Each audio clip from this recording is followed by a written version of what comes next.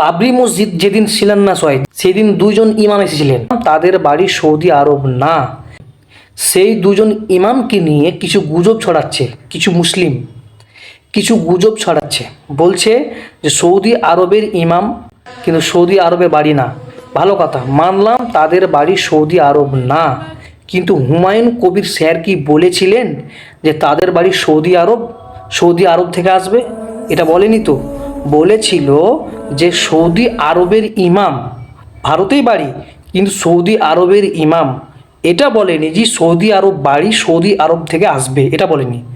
পড়াশোনা করে সৌদি আরবে ইমামগিরি করছিল, ওখান থেকে তারপরে হচ্ছে সৌদি আরবের ইমাম। এটা বলেছে যে সৌদি আরবের ইমাম আসবে, সে যেখান থেকেই আসুক। কিন্তু সৌদি আরব থেকে আসেনি, এটা ঠিকই গুজব ছড়াচ্ছ যে সৌদি আরব থেকে আসবে বলে নিয়ে এসে আমাদেরকে মিথ্যা কথা বলছে, এটা বলছে।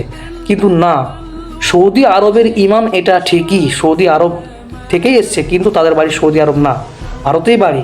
কিন্তু এটা হুমায়ুন স্যার বলেনি যে সৌদি আরবেই বাড়ি সৌদি আরব থেকে আসবে, এটা বলেনি। শুধু কিছু মুসলিম, আমাদের মতো কিছু মুসলিম যারা আছে, যারা নিজেকে খুব মহান মনে করে কিছু ভিউজের আশায় গুজব ছড়াচ্ছে।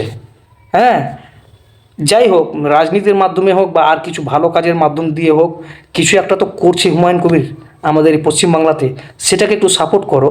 সেটা সাপোর্ট না করে তোমরা দুর্নাম ছড়াচ্ছ, তোমরা গুজব ছড়াচ্ছ সেই ইমাম দুজনকে নিয়ে।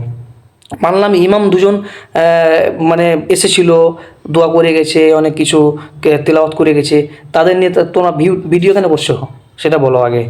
হ্যাঁ, এইভাবে দুর্নাম না ছড়িয়ে, গুজব না ছড়িয়ে সবাই একত্রিত হওয়ার চেষ্টা করো, ঠিক আছে? তো যাই হোক, সৌদি আরবের ইমাম এসেছিল, কিন্তু ওদের বাড়ি সৌদি আরবে নাও হতে পারে, ভারতে আছে, এটা বলেছে। কিন্তু কথা হলো যে সবাই এটাকে মিথ্যা প্রচার করছে আর কি।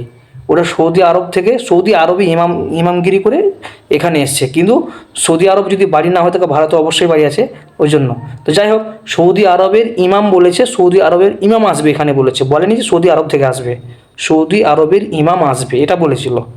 তো শুধু গুজব ছড়াচ্ছ, এগুলো ছড়িয়ে না ছড়িয়ে ভালো কিছু করো, যাতে করে সবাই ভালো ভালো কিছু শিখতে পারে।